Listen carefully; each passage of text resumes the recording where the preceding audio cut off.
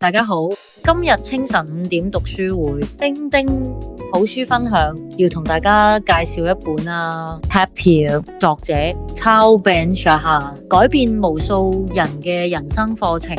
哈佛大學有一門嘅課堂由最初只有8個學生，爆炸性增長到900人，成為史上最受歡迎嘅課程。點解大家爭住報名咯？唔係為咗學點樣賺更多錢，唔係為咗攞到更多名利，而係想學識點樣先至可以真正快樂。今時今日物質多咗好多，但係快樂反而離我哋越嚟越遠啦。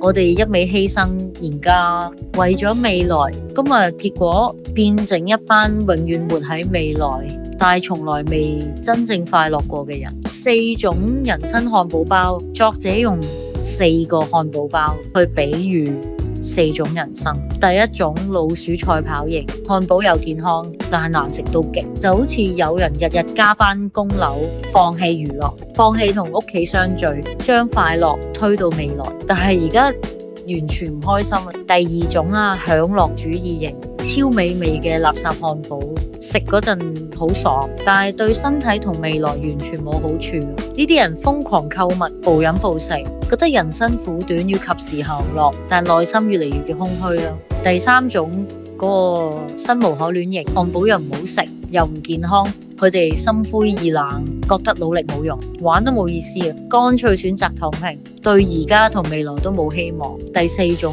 快樂型，漢堡又健康又好味，食嘅時候開心，將來仲有好處嘅。快樂唔係喺山頂，而係享受每一步上山嘅過程。4個方法活得真正快樂。第一，快樂係可以儲存，唔需要等大改變咯。從細小習慣開始，令到自己快樂成為一個約會唔可推遲啦。第二，啟動感恩雷達，感恩係最強嘅快樂催化劑㗎。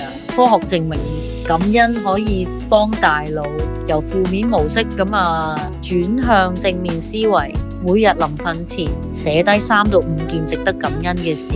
第三，爭取時間富裕，有錢唔等於有時間。現代人最大壓力其實係時間貧窮，要學識成為自己時間嘅 CEO。第四，做返真正嘅自己，唔好以為唔開心等於失敗。真正快樂係懂得接受壓力同負面情緒，並勇敢面對挑戰。總結啦，快樂唔係天生嘅天分，快樂係一套方法咯，可以透過練習學識。快樂公式，當下嘅益處加未來嘅益處，等於真正嘅快樂咯。即使感到開心，同時對未來有幫助，呢個就係真正嘅快樂。叮叮好書分享會繼續同大家介紹唔同嘅書籍，撮要作者重點嘅，再加埋叮叮自己嘅體會同經歷。對我嚟講，真正嘅快樂，第一步咧係要有健康嘅身體，無論幾多歲，有健康先可以追夢。最重要嘅問題係，